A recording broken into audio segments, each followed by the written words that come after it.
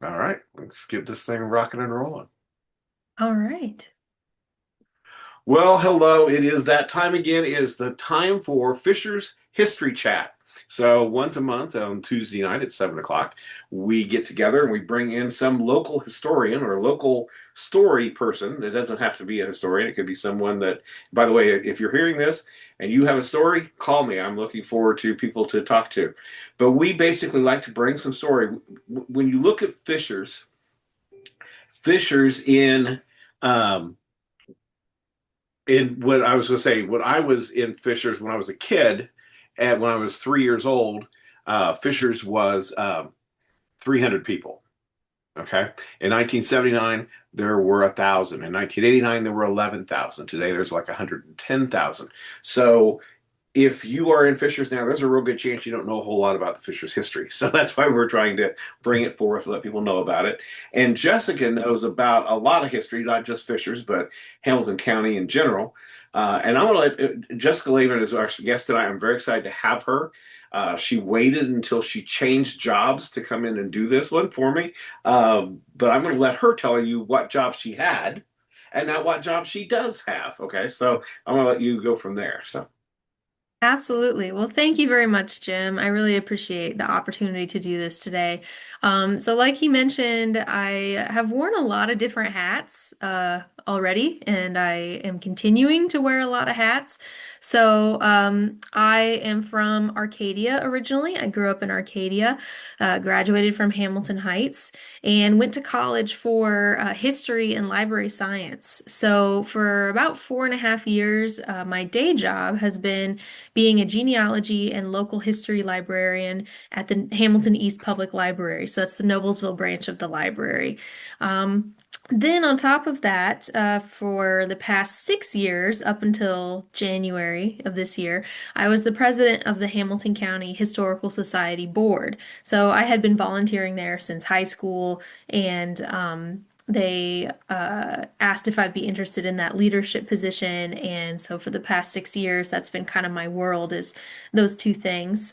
I also helped with our county's bicentennial celebration, which was in 2023. So if any of that crossed your radar at any point in time during 2023, that means I did my job pretty good.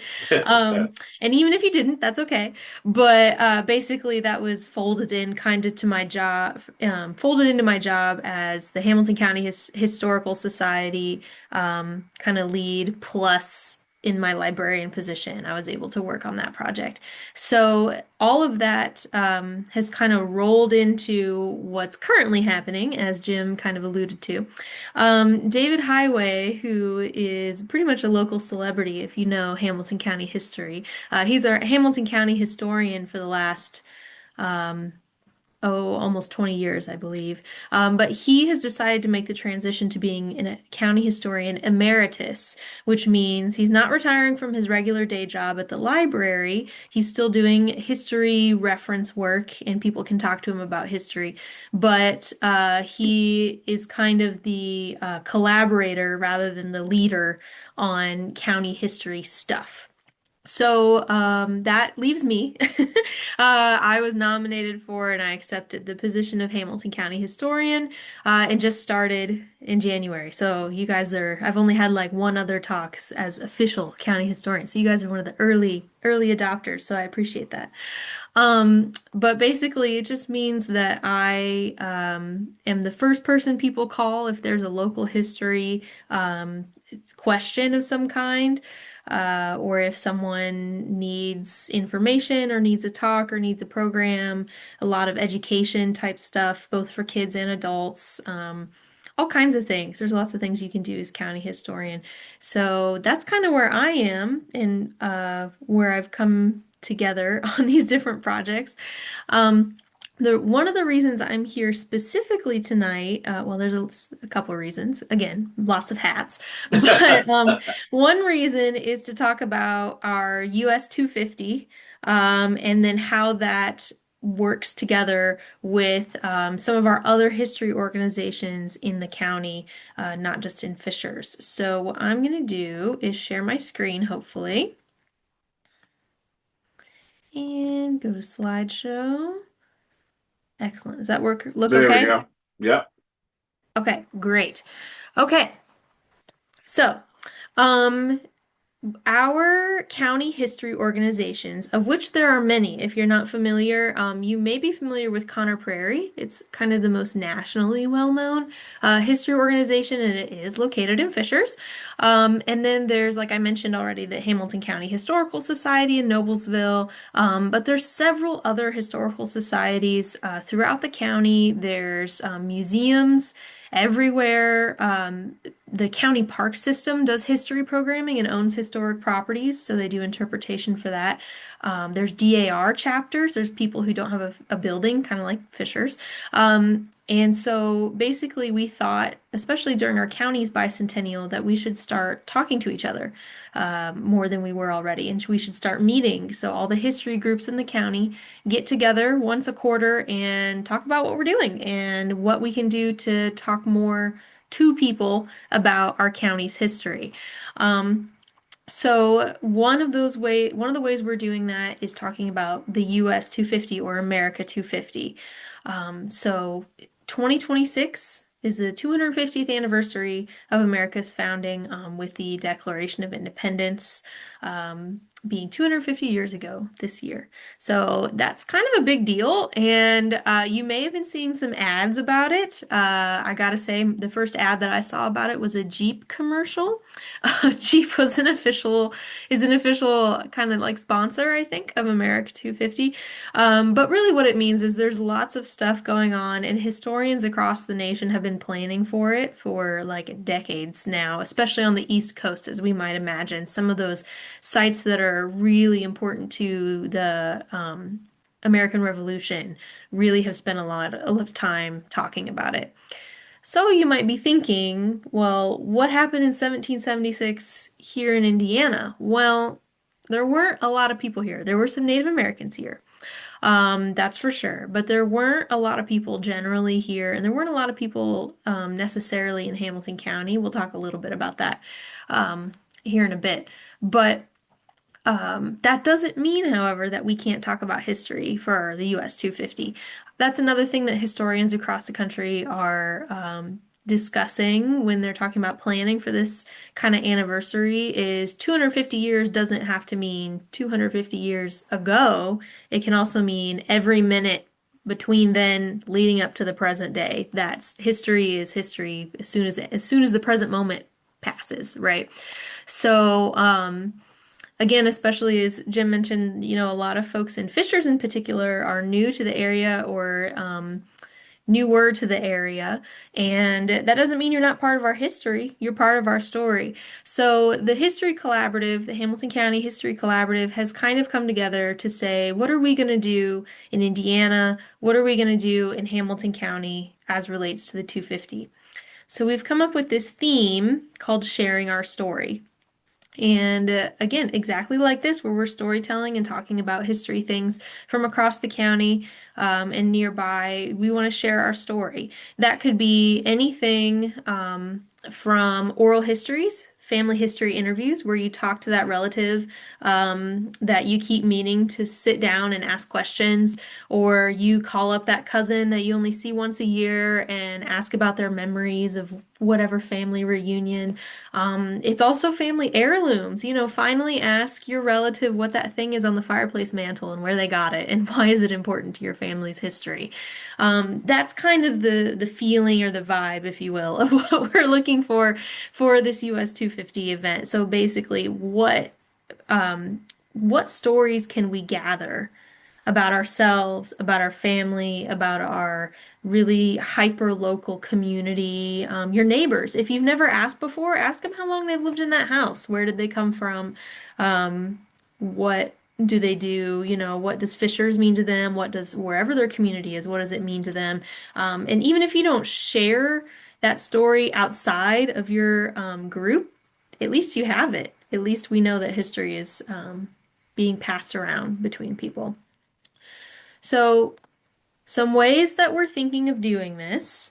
I have a couple different slides on this, and a lot of this is still in development, and we'll get into that in a little bit as well. But basically, my message of today is going to be start thinking about sharing our story, sharing your stories, and then also keep an eye out for things in the future. So that's basically my two-pronged message as it relates to the 250. So one way we're doing this is the Hamilton East Public Library, the Noblesville branch of the library, is going to have a local history fair.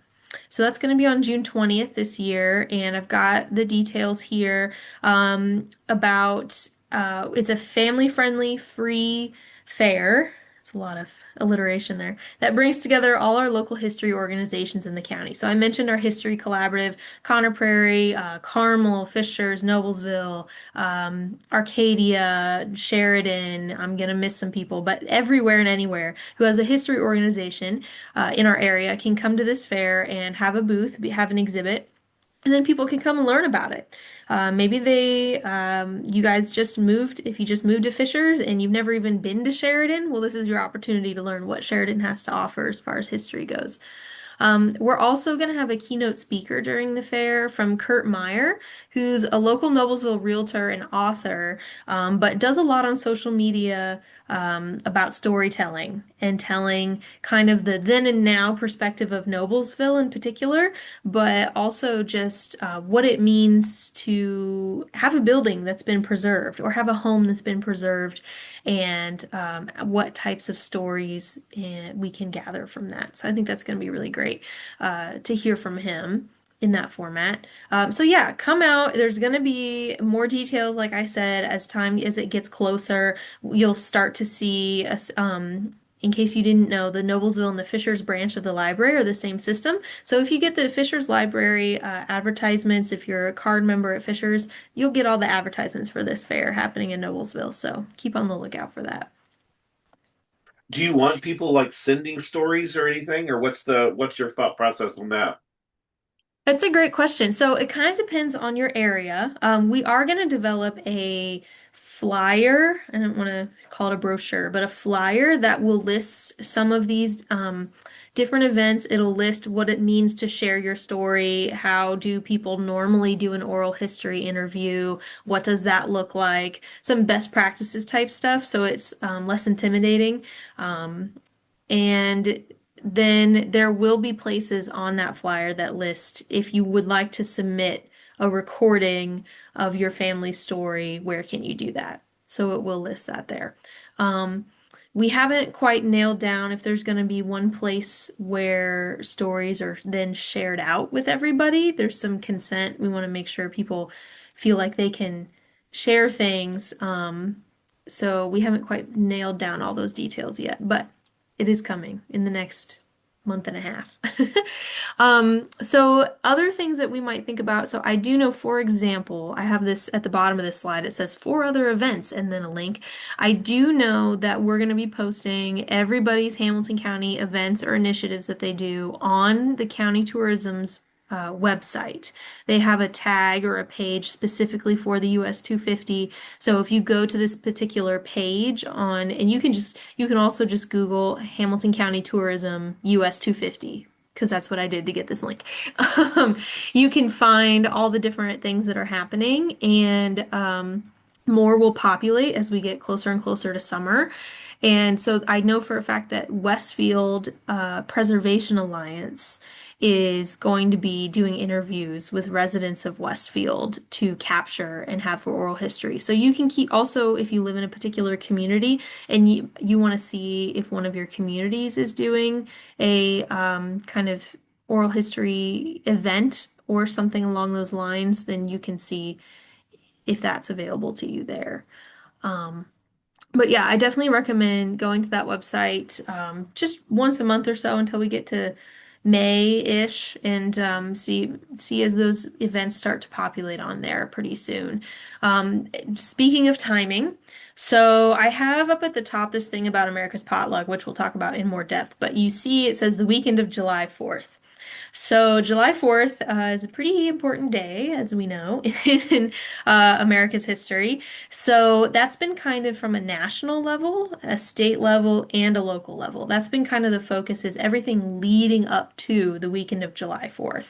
So I know that the July 4th celebrations are going to be bigger than normal this year. There's probably going to be some programming around that time that happens that's not necessarily just history related, but might be more like Celebrate America related.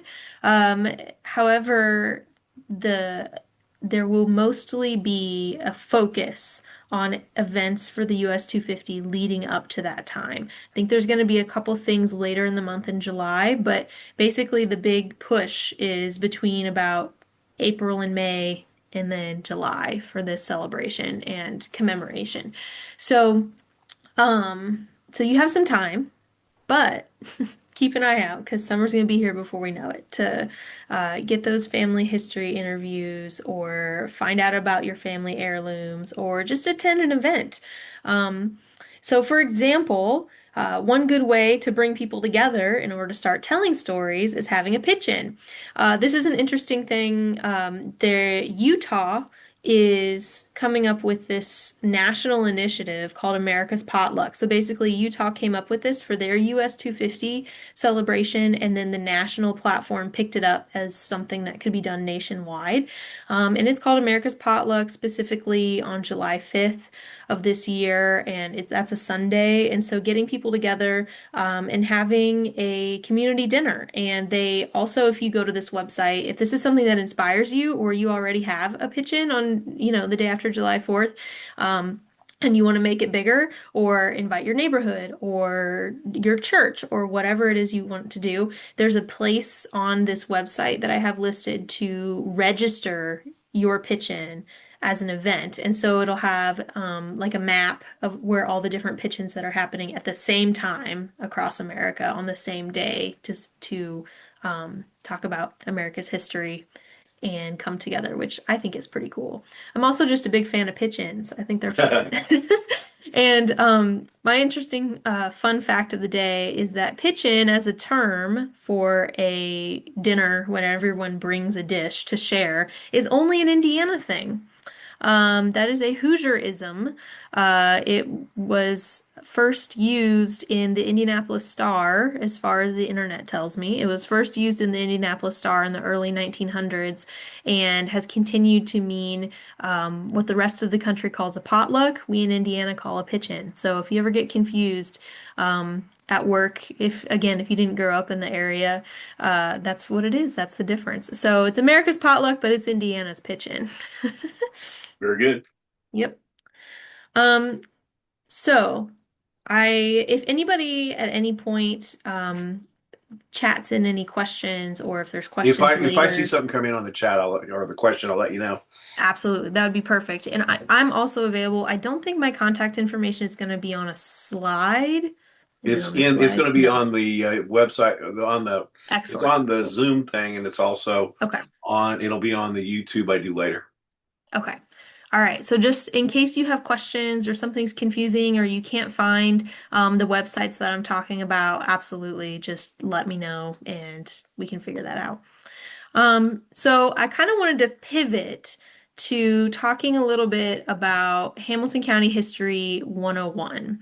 And I want to do this because, like I mentioned, there's a focus for this US 250 obviously on America's anniversaries and America's history kind of as a whole, like what makes America America?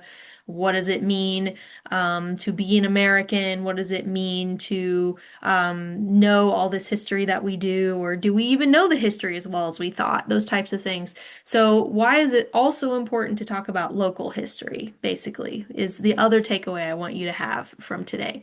So, this is going to be kind of an overview of some county history that you can dive into on your own. You can dive into with me at the library. You can dive into based on your interests, but I'm just going to talk about a nice overview of our county's history. And you've got this beautiful slide here, and everybody obviously knows where this is in Hamilton County, right? That's It's in your prop. Fishers, I think, because of the You're pretty hills. sure? Yeah, Yeah, I'm thinking so too. I can think of the yeah. exact mountaintop. That might be Just Geist. just kidding. But just kidding. But history can still be exciting. Where we live is still exciting, right? Everybody who lives here, who's on the call, they chose to live here for a reason. And I happen to think that Hamilton County is still pretty exciting, and that there's still a lot to look at and a lot of history to see and talk about. So, this slide has just some of my favorite history things that I've run across over time. And if we have time at the end and anybody asks, I can tell the story of one of these photos.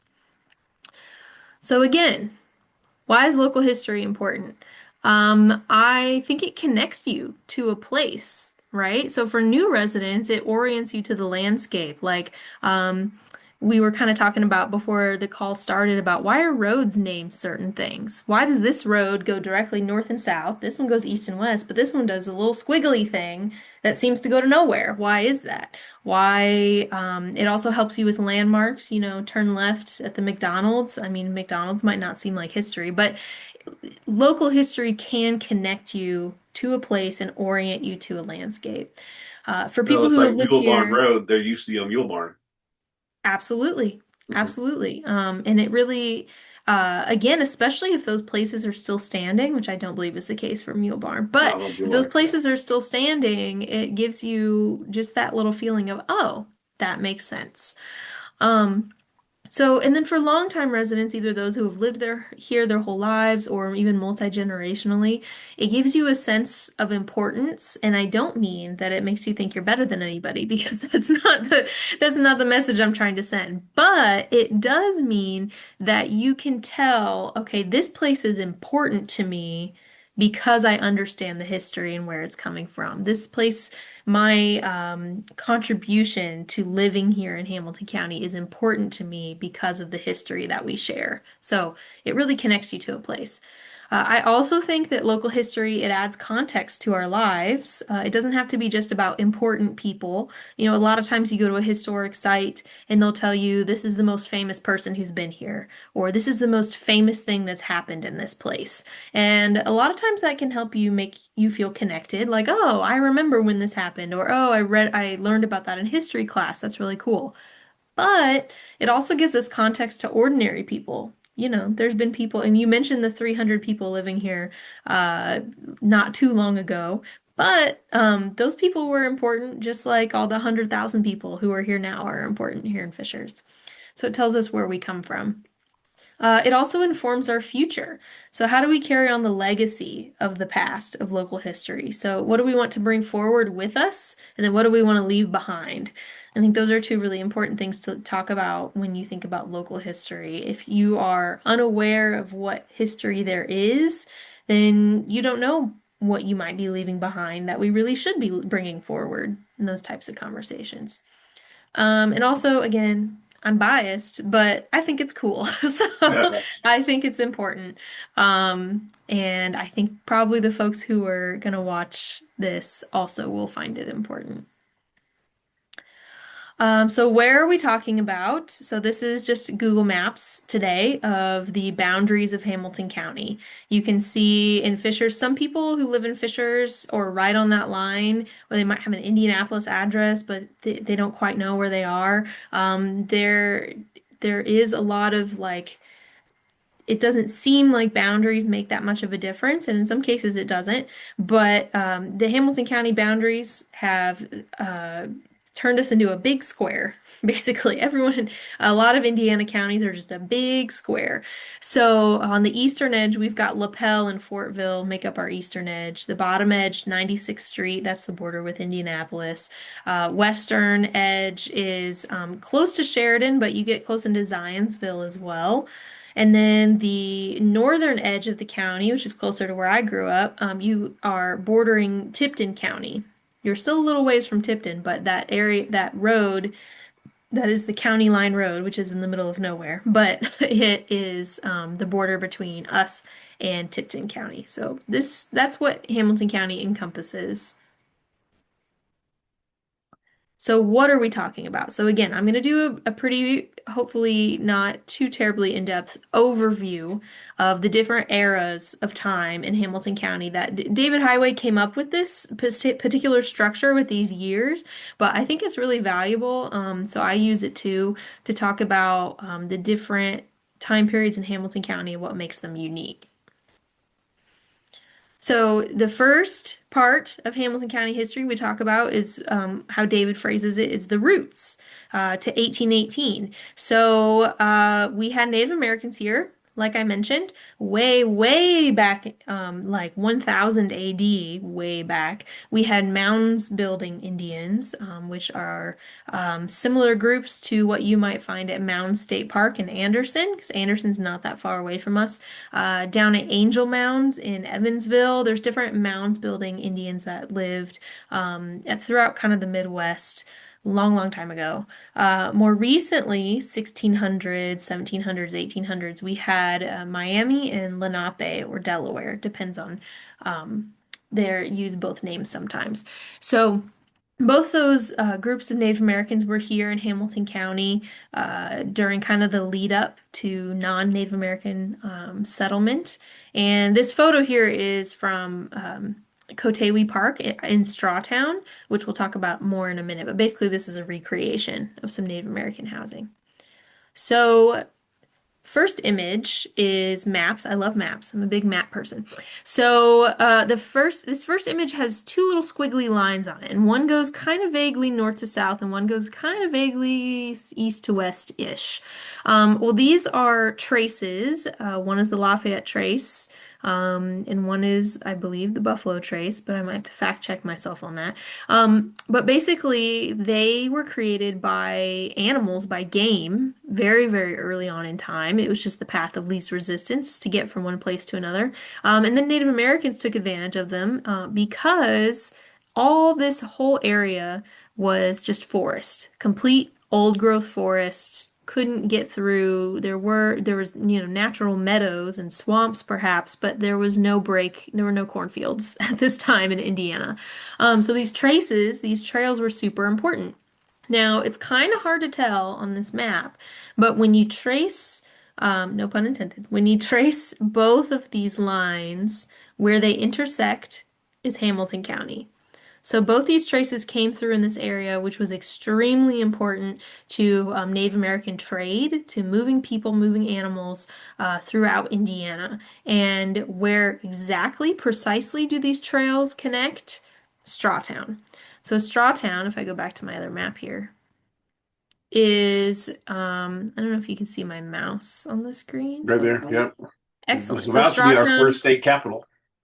Yeah, that has always been a rumor. I don't know Yeah. if it's substantiated or not, but they met there. They met there because again, it's a big place. It was a trading post. Anderson is just along the river, or off to the east. We can't quite see it, and it connects down here. The White River goes through there, which was a big river. So Strawtown's a really important place, not just over land, but by water as well.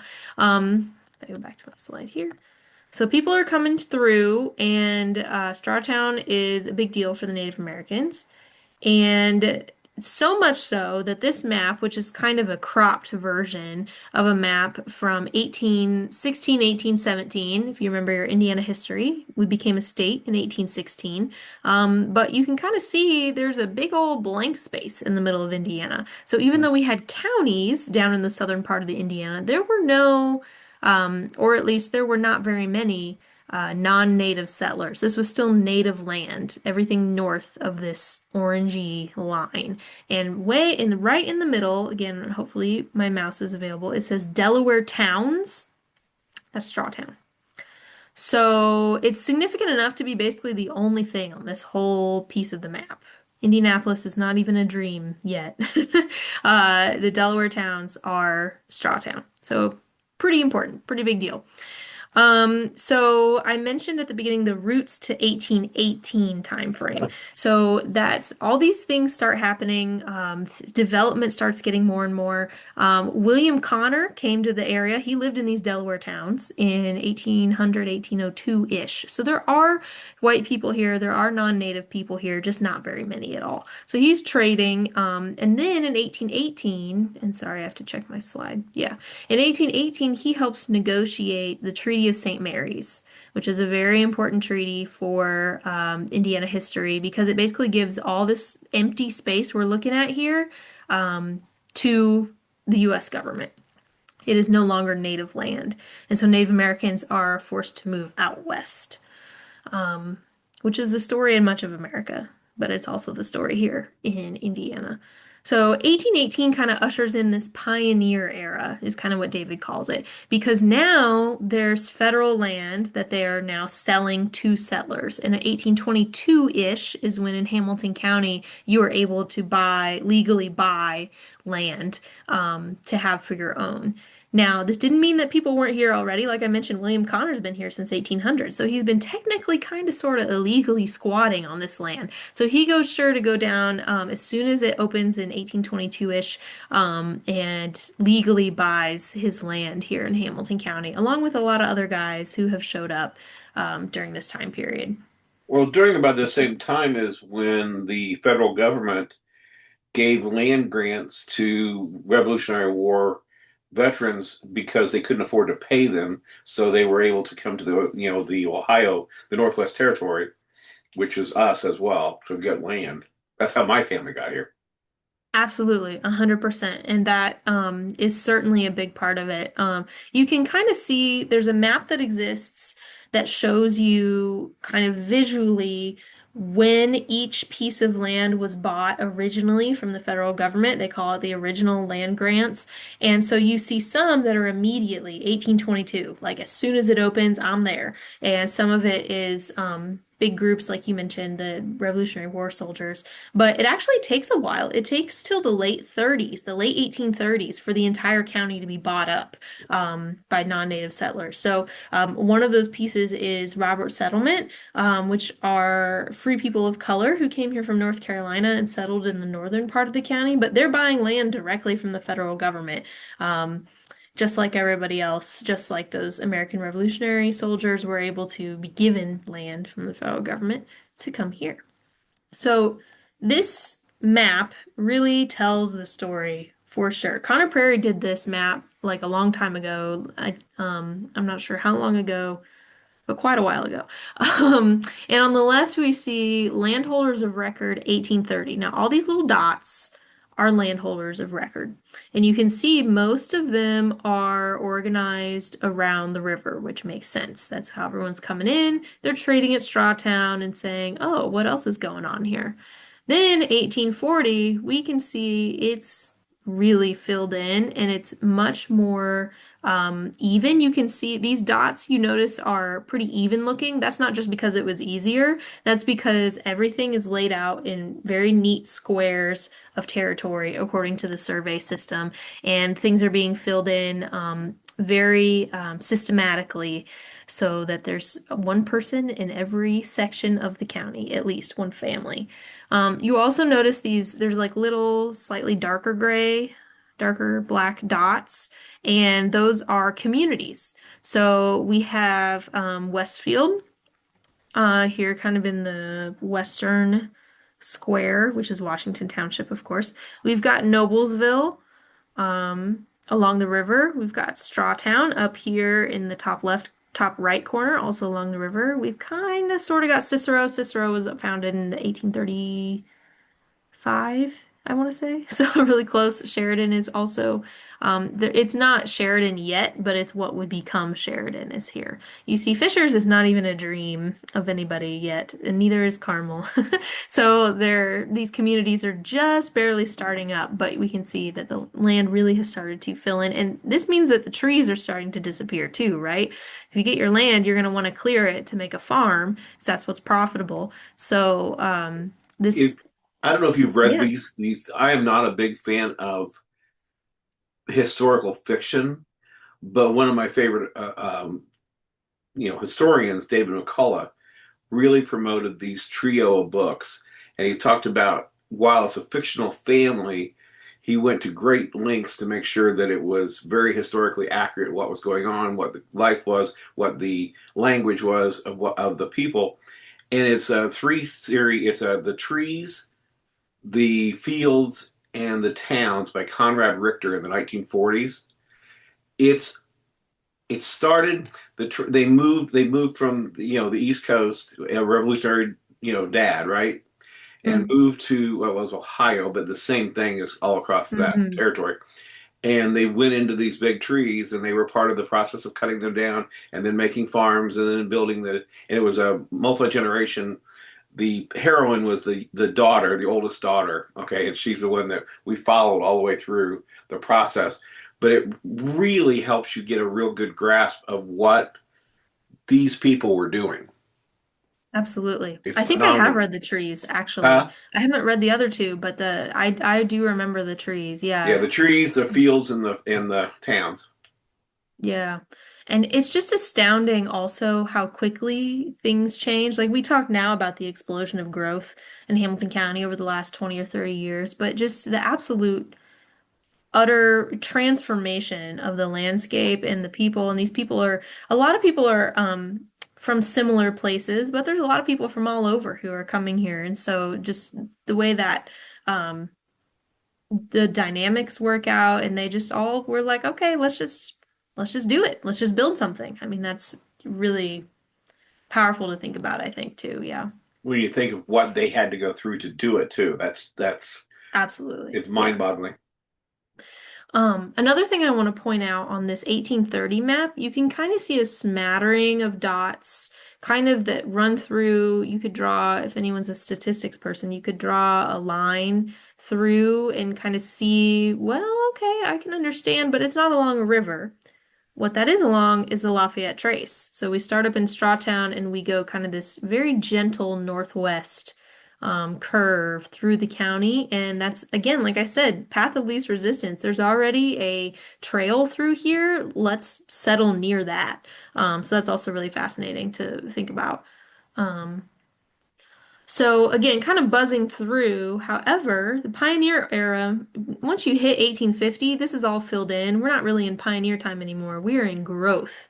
Grow, grow, grow, do, industry all the time. So that's 1851 to 1887. Growth and reform. David's got found this photo, or not a photo, drawing of this railroad coming through because that's what we have. The first railroad comes through Hamilton County in 1851. And that really changes everything. So you have trees, but things are changing. Industry is coming. You have the railroad that goes parallel to Highway 19, so that's the nickel plate, right? Comes all the way down through here. And that allows these towns to spring up, or at least have more people, or be more of a center of population. You also have in 1866, um, sorry, let me back up to this slide. But basically, things are growing. 1851, the railroad comes in. But that basically, for now, just means that it's easier to get your farm products from one place to another, right? And there's farming. You don't have to drive your hogs for 3 days to Cincinnati. You can put them on a train and send them to Cincinnati. Then, as we get more and more developed, more things start happening. So this map is created immediately post Civil War. But it's really good to show how things are growing. And I know it's super tiny, so I don't expect you to be able to read any of it. But what it shows us is that people are settling in. There's important buildings being built that there have these illustrations of. And not only that, you can kind of just barely see this skinny little line running kind of right down almost the middle of the county. There's the railroad. So we see that the railroad has made its mark here on the county. Where it intersects with the river is right there in Noblesville. The other thing that we pull out of this 1866 map is how things are changing in the county.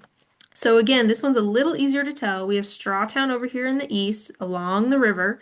We've got Cicero and the railroad that cuts straight through it. Then we have this kind of diagonal northwestern line that goes from Strawtown through near Sheridan and on out. the Lafayette Trace. This is an actual road that they put down, kind of mostly along that original path of the Lafayette Trace. And there's still a bunch of people settled along here, kind of more so than in other areas. However, this is starting to change. There's very, very little of what we might call the original Lafayette Trace in Hamilton County. That's an actual road still. This area all through Cicero and to the west is basically there's no roads there anymore. There are a few places you can tell if you've ever driven through Boxley, which is a very, very tiny town, a little north of Sheridan. Boxley's kind of on a tilt. You have to go around a bend to go through it, and that's because it was oriented to the Lafayette Trace. It was not oriented to the survey of the time. And then Cicero, east of Cicero, 234th Street, which goes from Cicero out to Strawtown, that does the best job in most of the county. That's kind of the best piece of where the original trace was. But anywho, things are changing. That's starting to become less of a need to rely on this trace. We've got the railroad. Who needs anything else? So I mentioned that that map was created right after the Civil War. So the Civil War was super important in Hamilton County, and there's a whole lot you can talk about with that. However, the other thing we talk about is the Quakers. Hamilton County had a ton of Quakers. Westfield and Carmel were founded by Quakers, and Quakers were well known for being abolitionist or at least tolerant of other people. So they were well known for their Underground Railroad activity, and that definitely happened in Hamilton County. There's lots of stories of how much it happened, but we know for sure that it happened here in Hamilton County. So we already know that Hamilton County is extremely pro-union, extreme anti-slavery, and really participating in this way before the Civil War really even starts. Then this group of people, these Quakers, a lot of women who are abolitionists and working in their Quaker communities, also typically are anti-alcohol. They're temperance folks. So the Hamilton County was pretty strongly anti-alcohol, especially Westfield and Carmel. There's a story that I think David found, and I think got confirmed by Westfield Historical Society, but I'm sure they'll chime in if I'm wrong. But there wasn't a bar in Westfield until like 1984, like sometime crazy recently, because of how strong the Quaker influence and roots are in that area.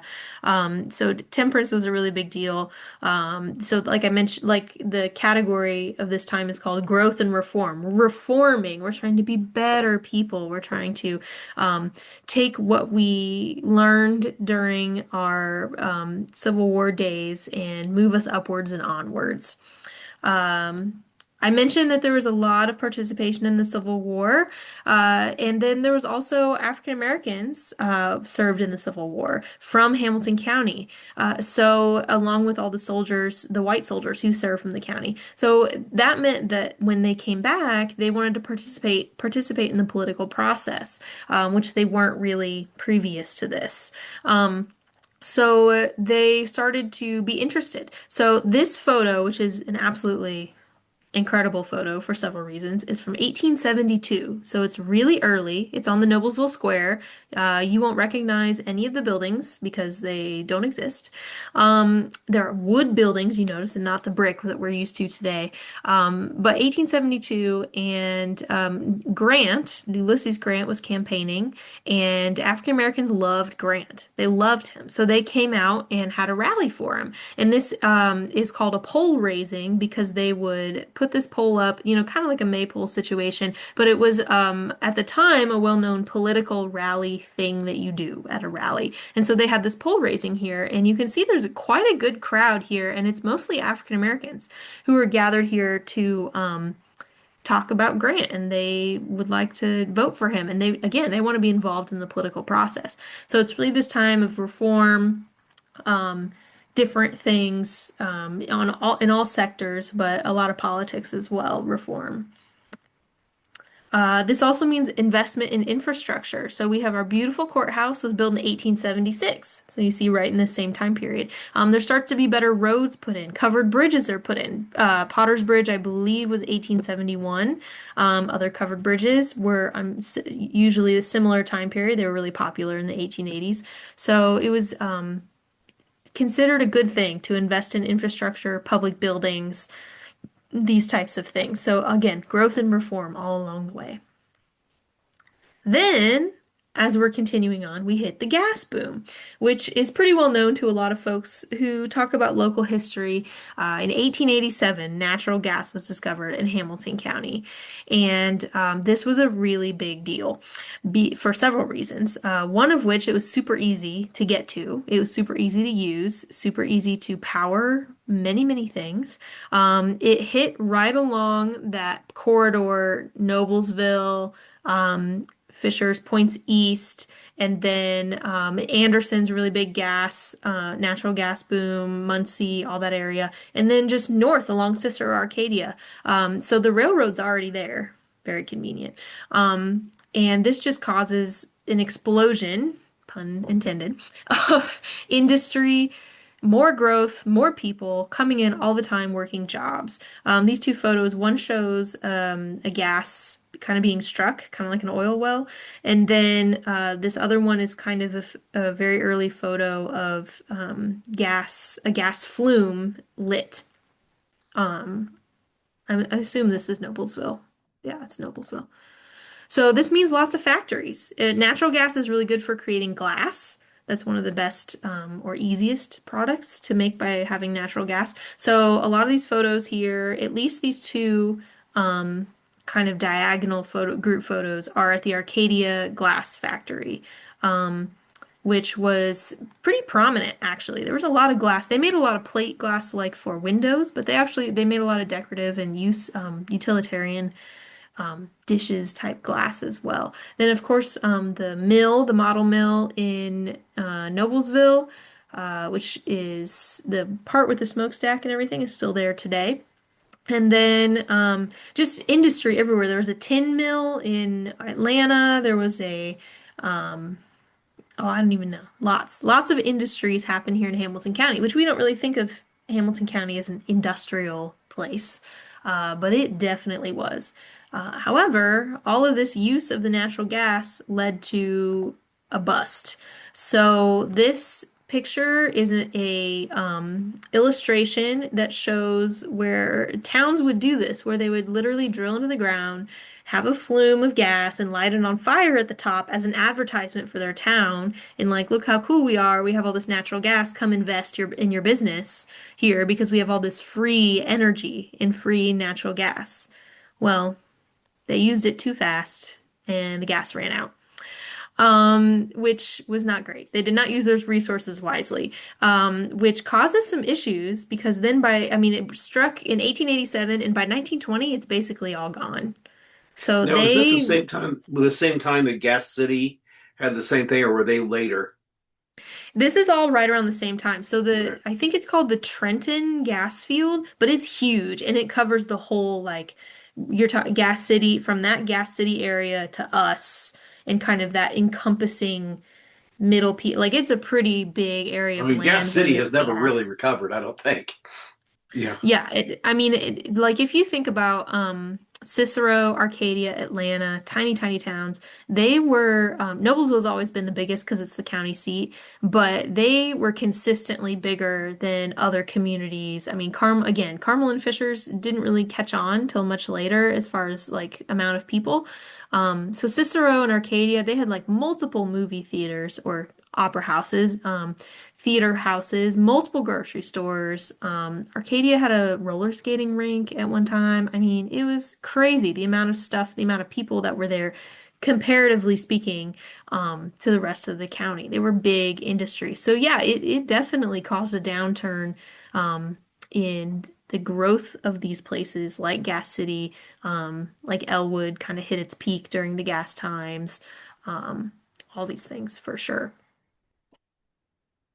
So again, this that kind of leads into kind of an economic downturn. Of course, our economic downturns mirror the national trends like the Great Depression and everything. And World War II definitely was a boost for production of different things, but we just didn't have the same growth that we had had all the way up until then. We hit this stopping point in just the massive growth that we are seeing. These two photos are both in Noblesville. You can see that super clearly in this census chart. So this is the entire county's population, and it just goes up, up, up, up, up until 1900, and then as the gas starts to fail, we stagnate. David likes to use this statistic that we lost 20% of the county's population during this time period. So people are leaving. Sometimes it's immigrants who are just looking for jobs elsewhere. Sometimes it's people who have been there for quite a while who just it's just too hard when there's not this continuous growth. Another thing that happens, especially in this happens in Robert Settlement, but it happens in other agricultural communities where if you have a big piece of land, but you have several children and you divide up your land between the children, but then farming starts to mechanize, so you have to have more acres to be successful. So it starts to be harder and harder to farm successfully here as well. And that's the story everywhere, but that leads to people moving away to different jobs as well. Part one of the things that contributed to some of this downturn or issues, or one of the things that came out of this gas boom failure, was involvement with the Ku Klux Klan. And I won't spend a ton of time talking about it because we could do a whole nother program about it. And I have done that program before. But basically, after World War I ended, it kind of coincided with this downturn time in Hamilton County, specifically across Indiana. The Klan was super popular. They were very anti-immigrant, anti-Catholic, anti-Jewish, anti-everything. And it And was very they ran easy. into a they came in with a situation where they had a president that was very much in their corner again. So Wilson was very much involved in helping them get going again. In fact, the very first movie ever played in the White House was what was it called, Wealth of Nations or whatever? What no, A Birth of Birth Nations. of Nations, which is Yeah, a Klan propaganda film. and Absolutely. you consider the fact that Wilson was a child in the Civil War in Virginia, he never changed. Yeah, so it's kind of where that same thought process. Yeah, for sure. And Indiana was really ripe for this being a super popular group. And again, we could talk for a really long time about it, and I'm happy to at another Maybe we time should as sometime. well. Yeah, because it's just a very, I say interesting from a scholarly point of view. It's a very fascinating look at what makes people join an organization like this. Why was it so popular? And then what made us finally snap out of it and realize that this is not the way to go. Um, so Yeah, this we definitely should picture, do that because yeah. I'm a big you've talked about Grant earlier. Mhm. He is so underrated as a president. He was an amazing guy, and he killed the KKK. He completely destroyed them, and they were gone until Wilson helped them get back on their feet. Absolutely. Absolutely. I mean, it's all politics all the time, Right, but it really is. I mean, the Klan was a political group as well as a hate group. They were right. also a political group. They wanted to elect their guys in office. And they were a little bit successful. But there's a whole story about Hamilton County. They had Klan chapter just like everywhere else in Indiana. There was a ton of people who were in the Klan in Indiana specifically. But there was a trial here for the leader of the Klan who's from Indianapolis, but the trial was held here, and a Hamilton County jury convicted him, and that helped kind of dismantle the Klan of the 1920s. So, Was he the um, one that killed the girl in Irvington? yes. Okay. Yeah. So, again, it kind of points though to it's a small town at this time, especially when this trial's taking place. There's like maybe 5,000 people living in Noblesville at the time. So it's a small town, and it's not growing and new people aren't coming in. So it's very easy to be afraid of the other or new people, or that you're going to continue to lose your jobs and all these types of things. Um, so I'm jumping ahead a lot in time, but this photo is of Firestone. So the Firestone plant in Noblesville was a really big deal because it's kind of the industry of Hamilton County, the industry of Noblesville in particular. And it really reached its peak as we start to come out of the economic downtime and post World War II. It was first opened in 1936. But as we hit that World War II production high that we see again across America as well as in Indiana, Firestone continues to grow and to become a really prominent business. And at one time in the 50s, there were 5,000 employees working here at Firestone, which again is almost the entire population of Noblesville. So people are coming from all over to work in Firestone. So really, really big deal. It really shaped Hamilton County and Noblesville in particular in this kind of small town era. Um, then, however, we that small town era, we start to get growth again. So people are leaving Indianapolis, they're leaving cities. It's a lot of white people who are the term white flight. They think that cities are too dangerous. There's not enough investment into the infrastructure. They're not happy about integration. All these things that happen again across the country are happening kind of in our local area. And so Hamilton County becomes a prime target to being a suburb community. And that really is the story of 1970 until even now, is that just growth, growth, growth, build, build, build, houses, houses, houses. It's less about the cornfields as time goes on and more about what community infrastructure can we build, what amenities do we have, what culture can we have, and what identity can we have as different cities. In the area. And I have this other population chart, and you alluded to it earlier with when you were talking about how Fishers has just tripled and quadrupled its population over time. This chart kind of is from 1900 onwards, and you can see kind of the stagnation time period.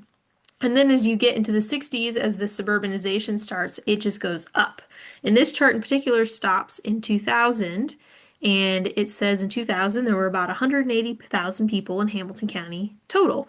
Well, the 2023 estimate is 365,000. So that's literally 100% growth. We doubled, to say it another way, since in the last 25 years, basically, which is astonishing. And again, that's the case in a lot of the donut counties around Indianapolis, but especially in Hamilton County, it has meant a lot of changes for a lot of the communities. Let me see. I think I have one more slide. So Fishers, like I mentioned, was super small for a very long time. It wasn't until probably the 80s, if you would agree, that there was really an influx That's when of things really started lots of going. people. Yeah, for Well, sure. from 79 to 89, it went from 1,000 to 11,000. So that's still small. Yep. Then it went kaboom, you know. Yeah, for sure. But Absolutely. but 11,000 was a long ways from 19, 60 when it was 300. So, Yeah.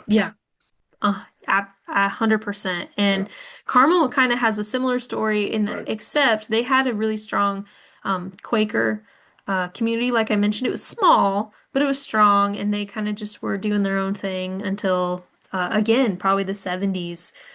It started developing a little sooner than Fishers did. Um, and now Westfield's kind of the one that everyone's talking about as far as growth goes. But I think it'll continue onwards and we're going to continue growing. And that's still part of history. But it is history that we have to consider what it's going to be like in 20 years to talk about our county history Yeah, and for where for things are me going it to go was from here. for me it was part of living. It was just we were farming all this ground. And then Mm, eventually, back by the 70s, we came to the realization we had two choices. We could either join them or fight them, and we ended up joining them. We got into the land development and working with developers. And I remember sitting in uh, Ken Thompson's office with my dad, who was working with him on stuff. And then there was a guy in Carmel. Now I'm drawing a blank, and I can see him. But anyway, those two guys. Ralph Wilfong. Those two mm, guys mhm. basically started this development process because the cities were terrified. They didn't know what to do with this new growth. They were like, we don't have water, we don't have sewer. What do we do? And those two guys said, well, don't worry about it. We'll put water and sewer lines in. So they did. And that's really, and like I said, I was in their houses, in their offices when they were having these, you know, BS sessions with a bunch of guys. But that's kind of really what it all got going. And I was a kid, but I remember getting a chance to sit there and listen. So it's Yeah. that's kind of when the powder keg went. Yeah, and it's interesting because even though I grew up here, I'm only 29, so it hasn't really been that long. And neither of my parents are from here. So it's been a really interesting Yeah. perspective from that point of view, and I totally agree. Well, You Ken learn so Thompson put in much. Sunblest. That was the very first thing. And Mm, my grandfather and Mr. Appel did the one of the early subdivisions called Morgan Meadows right there on Landon Road. So I remember that. And then uh, Wilfong, he did Mount Carmel, and so these communities are older now, but at the time mhm. they were very cutting edge, very, very ahead of the game. But it's been an interesting journey watching all this change. I mean, for me, I drive around all the time going, well, I used to farm that field, I used to farm that field. That's not the way it is anymore. But that's what you're talking about. Absolutely. And I think it's interesting. Because I mean, you think even about the reservoirs and how much that changed things, and they were put in the 50s, and then like South and North Harbor in Noblesville, they were also really cutting edge at that time, Right. the 70s time period. But I think a lot about how the northern part of the county still has a lot of the like visible evidence of history, and Hmm. there are still pieces of it in the southern part of the county. And again, the reason that the roads are the way they are, I mean, Interstate 69, especially in 37, kind of follow that northeast southwest trail that we talked about at the very Well, beginning. They're kind 69 of does, and 74 is the other one. yeah, so a lot of these things, it's just because geographically that's what makes sense. And so Yeah. you look, I spend probably more time than I should looking at cornfields on Google Maps and saying, oh, well, that's obviously the original boundary line from Right. 1823, and that's just astounding. Or like the reason this subdivision takes up this amount of land is because um, of the farms that were here for so long that were originally divided up in this way. And I mean, just all kinds of things that you can learn about long ago history as well as more recent history. I One of the think things it's that, just really that little fascinating. chart you had showing the growth and where it really started spiking in the 60s. The additional thing about that wasn't mentioned, you can talk about the different, people going to the suburbs, but one of the reasons people went to the suburbs was World War II. And Hmm. when the boomer generation came, everyone wanted their little piece of, dirt with a picket fence. And, that's really what caused that suburb explosion to go everywhere. That's very true. And there's a section of Noblesville downtown in particular where you see houses that were clearly built right after World War II, and they're all for employees of Firestone. Right. And you can just tell. I mean, it's the original little neighbor, even though it's not, a named subdivision with a sign, it's still development that happened. Totally, you're absolutely right because of that Well, post-World a War lot of them came from II West boom. Virginia. Pennington Gap, West Virginia is where a lot of the people Hmm. from Firestone came from. And then was it Paducah, Kentucky? I can't remember which. There was a big area of Kentucky that basically all moved up for Yeah. fire. I went to school with these kids. Yeah. Yeah. Okay. Yeah, absolutely. So yeah, I mean, that's about the end of I think my only other slide. Yep, that's a credit for the logo that I used at the beginning. But anywho, that's kind of what I have content wise. And I'm gonna stop sharing my screen here, hopefully. There we go. Well, I think it was phenomenal. That was a lot of fun, and so we need to Thank do more you. of these. Okay, so we will come up Yeah, with. well, I know David might still be interested in doing some talks, but yeah, I've got lots of things to talk about that we could do, and I'm always happy to do it. And like I mentioned, that was kind of just a really broad overview, but I think it helps you, the next time you look at your Google Maps to get where you're going, don't be afraid to take a detour because you never know what you'll Excuse me. find. Yeah, there's so much interesting things out there. It's just trying to do it like, you're talking about the downtown, the courthouse was built in the 1870s, what have you. I was sitting there thinking at the time, my parents' house that I grew up in was out on Cherry Tree and right along Cicero Creek and whatever. Mhm.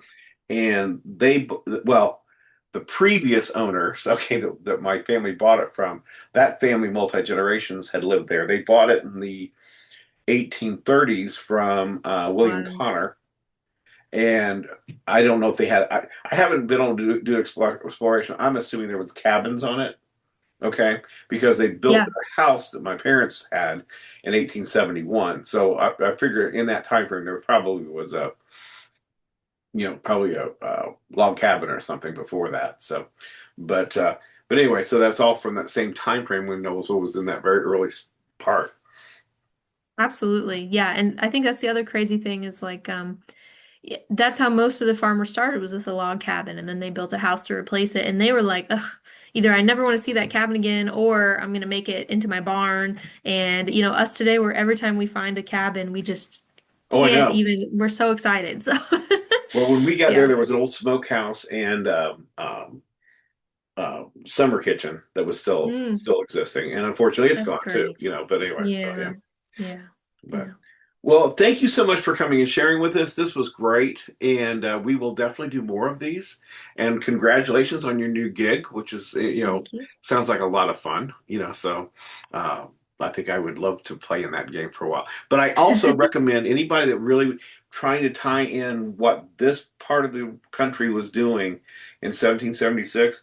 I'm not usually pushing fiction, but that uh, what I say his name was.